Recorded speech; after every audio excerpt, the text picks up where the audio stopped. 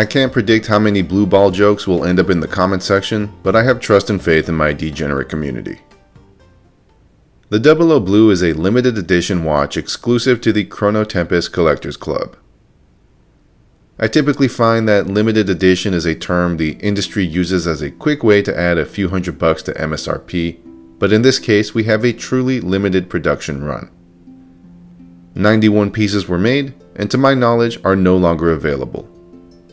I genuinely thought I had serial number 1 of 91, because looking at the case back, anyone could reasonably assume that's what 1 of 91 means. Turns out every 00 Blue says this. The case back is literally just saying this watch is one of the watches out of the 91 watches made. I spent just over $2,500 for it. I have no intentions of trying to justify that purchase. I understand that it's overpriced and expensive as fuck, and that's just how it is. This model is a direct evolution of the previously released 00 Red. For all intents and purposes, they are the same watch. Both are 904 stainless steel chronometers with SW200 movements, but there are still what some would consider arguably objective upgrades.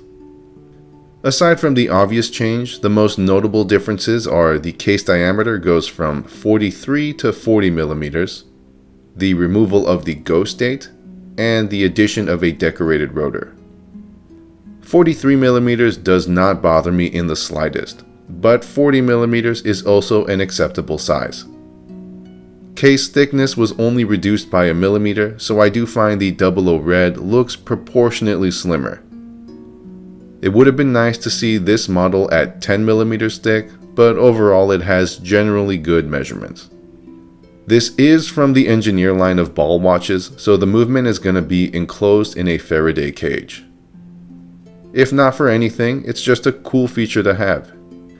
You may never need it, it may never apply to you, but part of the enjoyment is knowing your watch has a resilient superpower for no other reason than shits and giggles.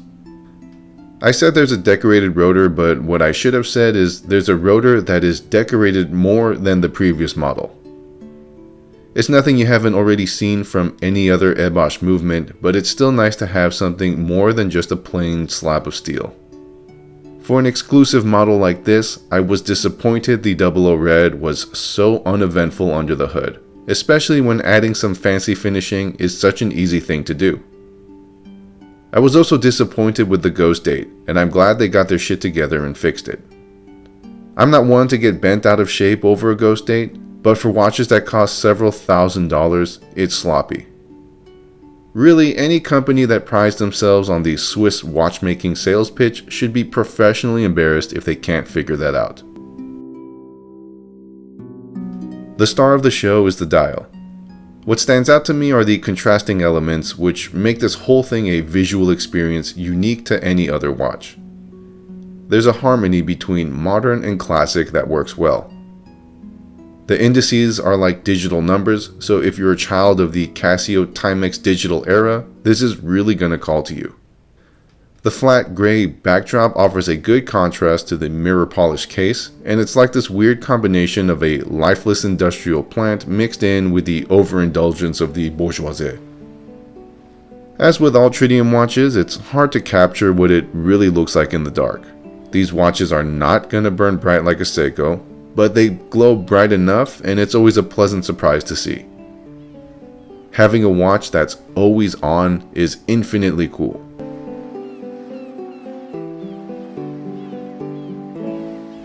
Are we going to see a 00 green in the future?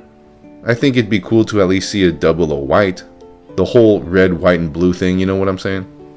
But for now, the blue and red combo are perfect.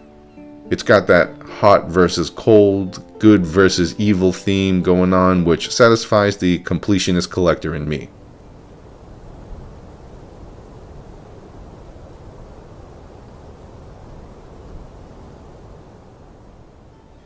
I think this is a home run from the Ball Watch Company.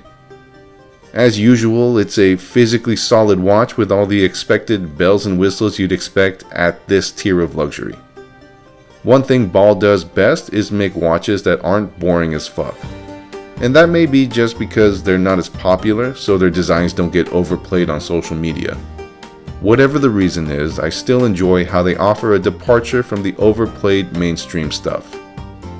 Bonus points because this is a legitimately exclusive watch. I'd be lying to you if I said I didn't like having something that isn't readily accessible to everyone else. I usually don't enjoy blue balls, but this is a load I'll gladly keep in my collection. That is all. Stay classy. I sure as hell won't.